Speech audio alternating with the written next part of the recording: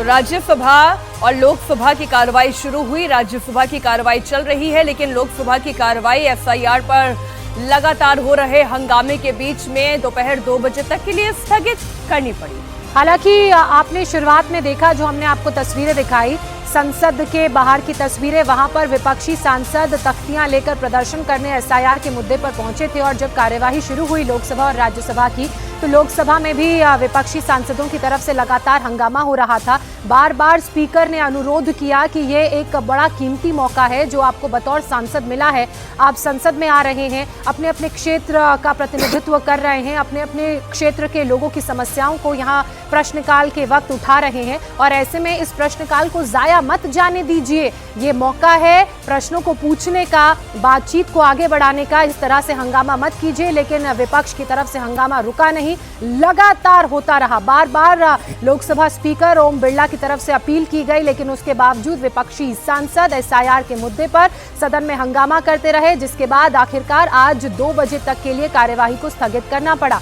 वहीं राज्यसभा की कार्यवाही इस वक्त जारी है। एसआईआर पर भी क्योंकि संग्राम हो रहा है, तो वहीं दूसरी तरफ आज इलेक्शन कमीशन की वेबसाइट पर एसआईआर पर जो ड्राफ्ट वोटर सूची है उसे अपलोड किया जाएगा। 25 जुलाई को इसका पहला चरण शुरू हुआ। 7.24 करोड़ वोटर्स का वेरिफिकेशन किया गया। इसके बाद 1 अगस्त यानी कि आज दूसरे चरण का ये दिन है।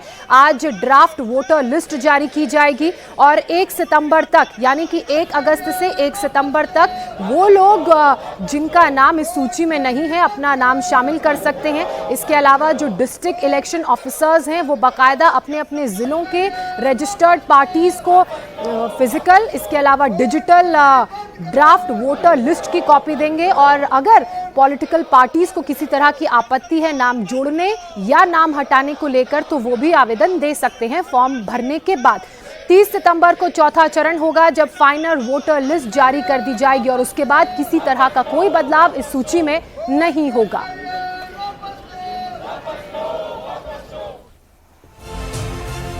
दरअसल ये पूरा हंगामा शुरू हुआ है बिहार में 22 साल बाद हो रहे वोटर लिस्ट रिवीजन को लेकर। बिहार में जब एसआईआर का काम शुरू हुआ, तब उस वक्त बिहार में 7 करोड़ 89 लाख वोटर थे।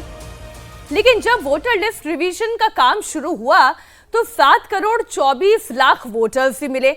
यानी कि 65 लाख ऐसे वोटर्स हैं जिनका नाम वोटर लिस्ट में था, उनका नाम कट गया, क्योंकि इसमें 22 लाख वोटर्स ऐसे हैं जो अब इस दुनिया में नहीं है।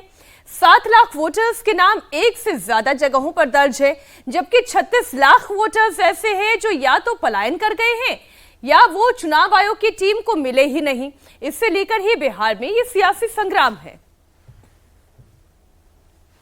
तो सुप्रीम कोर्ट में हलफनामा इलेक्शन कमीशन ने दिया है 700 से भी अधिक पन्नों का।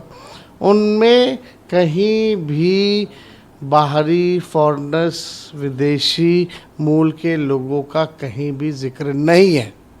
ना ही कल के प्रेस नोट में अगर कैटेगरी वाइज देखें, मरने का है, शिफ्ट करने का है, बाहर रहने का है, अनुपस्थित होने का है, लेकिन कहीं भी वो नहीं।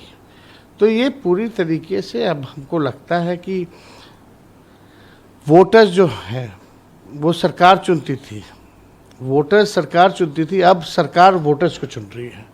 यही काम इलेक्शन कमीशन के जरिए ये कराया जाए। उनको तकलीफ है कि अवैध लोगों को क्यों नहीं वोट डालने दिया जा रहा है। डूब करके मर जाओ, देश बचेगा तभी पार्टियां बचेगी।